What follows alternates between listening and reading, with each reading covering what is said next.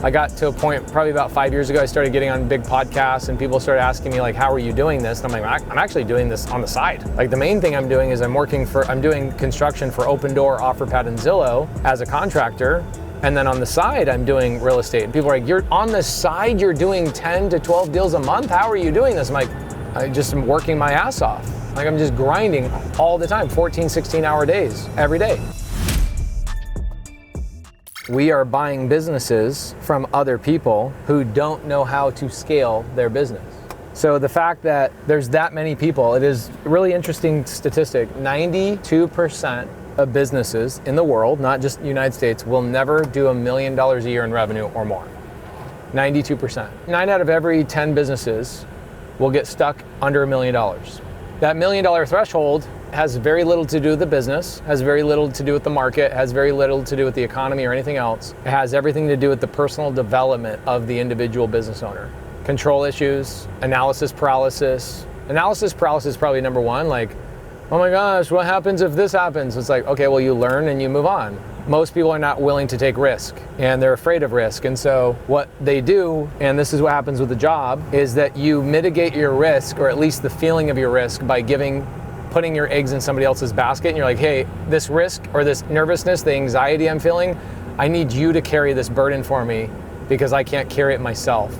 And so people go out and they get a job instead of going and building a business. The real thing is your risk tolerance. Do you have the risk tolerance to go and be a business owner? Because what you see now of my business, you don't see what it took to get there. When I first met Cody, my existing partner here, was 5 years ago, and I was mostly a solopreneur. I was doing wholesaling.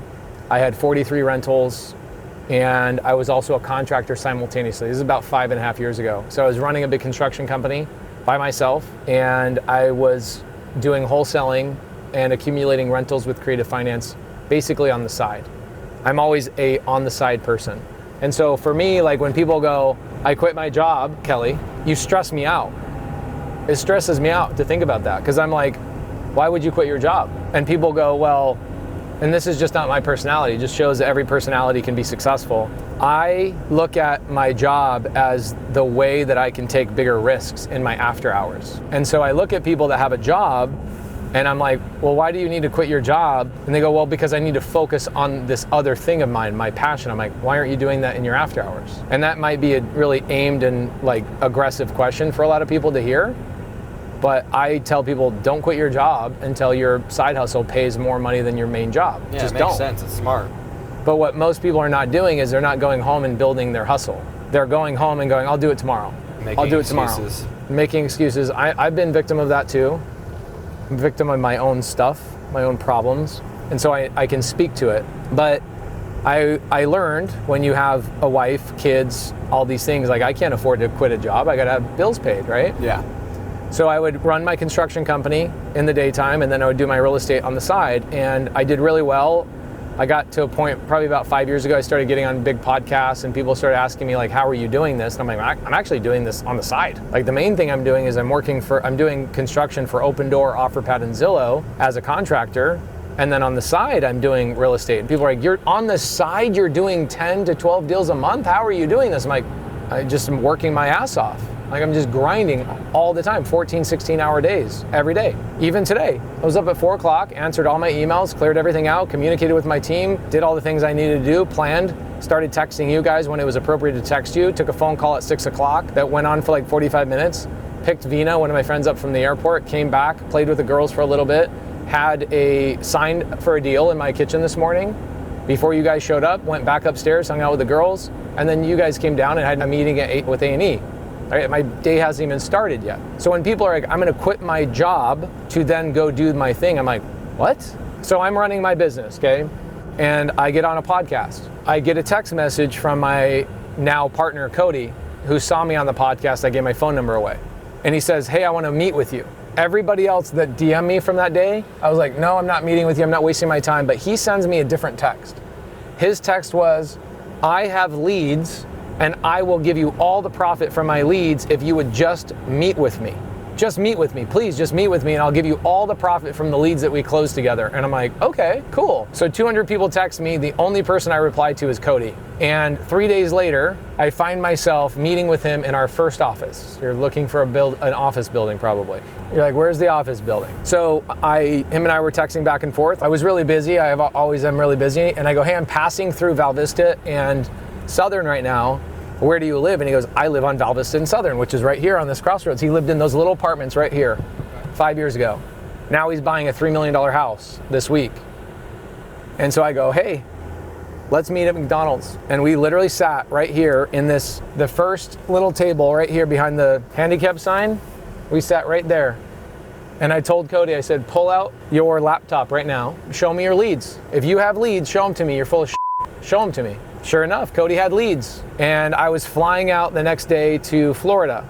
I took the 10 leads. I said, he had like 500 leads in this little CRM thing, right? And I said, give me your 10 hottest leads. I don't want to waste my time on the other ones. So he gives me 10 hot leads. I fly out to West Palm Beach to go to a seminar that I was paying for. I think it was probably the last seminar I had to pay for. At the time I was starting to get people to ask me to come speak at theirs. As I'm at the seminar, again, I am not one of these people that says I have to quit doing what I'm doing to focus on what I want. I just do all of the things simultaneously. And did you guys watch me on my Zoom today with A&E? Was I just watching the Zoom with A&E? No. Hell no, I was answering emails, scheduling things, texting people. I was planning a dinner party tonight. I was doing all sorts of stuff. Like, why can't people live their effing lives like that? Yeah. Why do people have to quit I gotta quit everything I'm doing so I could do this? And then what you do is you put yourself, and I'm sure you feel this way, you put yourself in a really stressful situation. And I feel like I would rather feel stressed out about having too much work going on and too many opportunities that I'm working on and feeling overwhelmed than I would feel by feeling the stress and pressure of not having enough money. And also the feeling you have, which is why I'm spending the time with you, the feeling you have right now is a lot is resting on your shoulders right now. And it's stressful. And it doesn't help for people to say and point it out that it's stressful, but at least you know somebody cares enough to pay attention to you, right? And know that that is what you're currently going through. So Cody and I start meeting at that first weekend. I take the 10 leads, I fly out, and I'm already good at real estate and being on the phone at this time, right?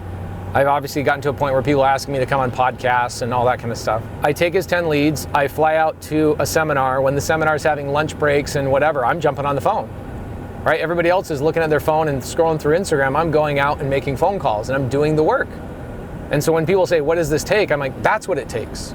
It takes you to nonstop be working all the time, all the time, all the time, all the time. There's no such thing as a hobby. This is your hobby, this is your life, this is everything all wrapped up in one. And if you're the kind of person that's like, I like to go home at 4 o'clock in the afternoon, don't be a business owner because you'll hate your life. For me, I'm obsessed with whatever it is I choose to do. I'm sure you're the same way. Same thing with bodybuilding. Like, you get obsessed with it. So how do you get your mind obsessed about real estate and business and all that kind of stuff? Well, you get into it and you screw things up. And you make mistakes on purpose. You intentionally make mistakes. The problem is so many people are like, I've been thinking about doing this for 2 years. I've been researching this for 2 years. I'm like, what? Tell somebody on their deathbed that you've been doing that for 2 years. They'll pull a gun out and shoot you and be like, you should be the one dying. Are you kidding me? Wasting 2 years of your life just researching? Do you learn more in the gym or on YouTube learning about the gym? In the gym. So why waste your time on YouTube? Is it better for me to go to the gym and do exercises incorrectly than it is for me to watch on YouTube how to have the perfect technique? What would you rather me do? Get your ass in the gym and make mistakes. And then somebody's gonna come up to you and go, hey, you're doing that wrong, let me show you the right way. But at least you're in the gym, right? And so that's always been my mantra, is like, just go and screw things up. So here I am at this seminar, making phone calls.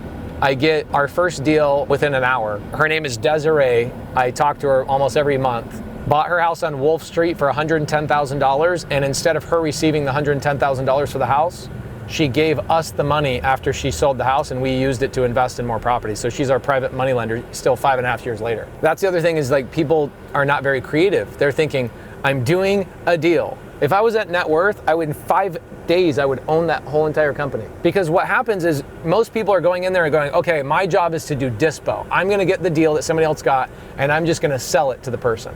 I'm like, who is that person? What business do they own? Why are they doing this? And da-da-da-da. How do I insert myself in that situation? How do I provide value to that person and get a piece of ownership in there? How do I do this? How do I do that? Da-da-da-da. And I haven't always been that way, but I think we all have the capability of doing it. I just have screwed up so many times and done so many different things that I now have a different viewpoint of everybody I talk to. So we get our first deal, okay? Cody makes 10 grand, I make 10 grand. This was within 24 hours of meeting each other. And he's like, holy crap, dude, I was literally not even gonna be able to pay my rent next month until you got this deal. Can we keep doing deals together? I go, yeah, I'll keep calling the leads. I take those 10 leads, end up getting 3 deals out of his 10 leads. We collectively made about 80 grand, so 40 grand him, 40 grand me. And what we started to do is we started meeting at his condo that was across the street from McDonald's. We created this little system where he would generate the lead live, because we had a cold caller in the Philippines calling leads. And then what he would do is, I'm laying on the ground, literally on his carpet. And I'm laying on the ground, I'm like, when's the next lead? When's the next lead? And every time a new lead would pop up, I'd call them live on my phone while I'm laying on the carpet. Oh, okay, cool, Mary. Awesome, sounds great. Oh, awesome. And then I would get up and I would walk out the house when it became a hot lead, and I'd walk around the neighborhood for an hour until I locked up the contract. And if it wasn't a good lead, I would just stay on the carpet and go, all right, okay, sounds good. Yep, we'll follow up with you in a couple of weeks, blah, blah, blah, blah. And then Cody would be sitting there right next to me listening to the phone call, but working on getting another lead, or going through Craigslist, or going through Facebook Marketplace, or Facebook groups, or whatever else, looking for deals. So all of a sudden, we now are starting to do a significant amount of deals. We're doing, 2 deals a week. And I go, hey dude, we need help. We need help. And he's like, we should just partner together. I go, we shouldn't partner together. He's like, why? And I go, I promised my wife I'll never have another partner as long as I live. And this was 5.5 years ago. So I was 34, I'm 40 now. And this was a major turning point for me in my life. I read a book called Rocket Fuel. If you haven't read the book Rocket Fuel, read the book Rocket Fuel. You'll learn that you are basically a piece of shit. And what I mean by that is you are only half of the equation, or even less. You are, like, in order for you to get your business to blow up and have rocket fuel, you have to have the missing links. You have to have the CFO. You have to have these people. But most importantly, before you even get to those phases, you have to have an opposite partner, somebody who is opposite of your personality, opposite. And the partner I had before I met Cody was the mirror image of me. He was a friend of mine, best man at my wedding. Worst person to have as a business partner. We wanted to kill each other, and now we don't talk to each other anymore. Because we were wanting to do the same things, and we were all over each other, and it was too many chefs in the kitchen type of thing. So I read this book, and I realize Cody and I really need to partner. Rocket Fuel talked about how Walt Disney, he's the visionary, but he had his brother that nobody ever talks about that was the integrator that actually made everything work, right? So I go to the office right there. I don't even know some of the employees that work at the thing, and they're like, oh my gosh, nice to meet you. What does that mean? That means somebody else besides me is putting all of that together. Now this is more like a couple years down the road for people, right? It takes a while to get to that point. But when you understand what the pot of gold looks like, you can reverse engineer to it. And when you see how high-level operators operate, you can go, I have permission to do the same thing they do, instead of reading it in a book and not being able to see it. You know what I'm saying? Yeah. So that's why I'm belaboring this point for you guys, so you guys can see this. So Cody and I read this book, and we've already been doing deals, and I go, we should partner with each other, and I should introduce you to my wife, because at this point, Cody and I have been meeting at McDonald's, or we've been meeting at his house. Meanwhile, I've got a $600,000, $700,000 house at the time I was living in, this cute little thing, and my office was right there at the top of that garage. And all my deals were being done right out of that top of that garage. So Cody and I start meeting at this little Starbucks right here in the corner. And then we bring on a girl named Anna Martinez, and we would all three meet at the Starbucks every day. We'd go through the leads, we'd go through what we were doing, and we'd talk about what are the issues, what are the whatever, and we'd be there for 2 hours. It wasn't all day long, it was like 2 hours. Because Starbucks ain't about to let me run my whole entire business out of Starbucks, right? So here's the Starbucks right here. So I went from McDonald's to his condo to my house to this Starbucks right here on this corner. And we said, one day we said, dude, within 1 year, I promise you, we're gonna have an awesome office. And a year later, we had a good office. That office is in Tempe. We stayed there for a year. We started doing tons of meetups and people started knowing us and whatever else. And then guess what? We ended up buying the building that you guys just went into that's literally behind the Starbucks that we used to use as an office. And so the thing that people don't see is that journey. Yeah. And they just say, oh, Pace has got all these people that are being hired. Now that's the crazy thing is I went from meeting in that office because somebody didn't believe in me. Somebody didn't believe in what I was going to do because I was partnering with somebody and she had just gone through pain and anguish of me having a bad partner. When the reality is I was the bad partner. I should have never partnered with somebody that was my identical twin, right? So it was my fault. I took ownership of my problem, and when she didn't believe in me, I didn't let it stop me. And I see a lot of people, they go, my friends, my family, my loved ones, my this, they do. I'm like, okay, one of those ever paid your bills? One of those people ever helped you accomplish anything? And so, Starbucks it was. And then magically one day, I now own the building behind there, and people are being hired and trained, and things are being built, and I go there once every other month. But the only thing people see is, oh, he goes there every other month, and actually what most people see is they never even see my office. That's how infrequent I'm at my office. So what most people see is they go, oh, I see him buying all these houses and he's buying all this multifamily. I don't know how long you guys have been following me, probably not that long.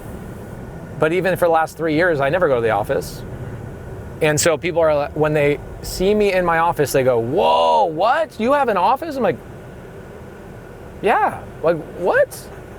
So the reality is there's, how do I get started? And then there's all the really hard questions, which is how do I scale? How do I hire the right people? How do I get the right partner? Oh my gosh, I ran into a big problem. How do I overcome this problem? We have that every day. And I think a lot of people that are trying to get started in doing whatever it is they're doing, they try to avoid the problems. They tried to avoid the pain. As a bodybuilder, can you avoid the pain when you're trying to build muscle, or is it a requirement? It's an absolute requirement. Right, so why is it that everybody in building a business or doing something for themselves, they try to go out of their way to avoid all the pain? Over-researching, over-analyzing, overdoing everything. So the big thing, and then I'll shut up, the big thing that I realized I missed was I grew up in a big family, 12 kids.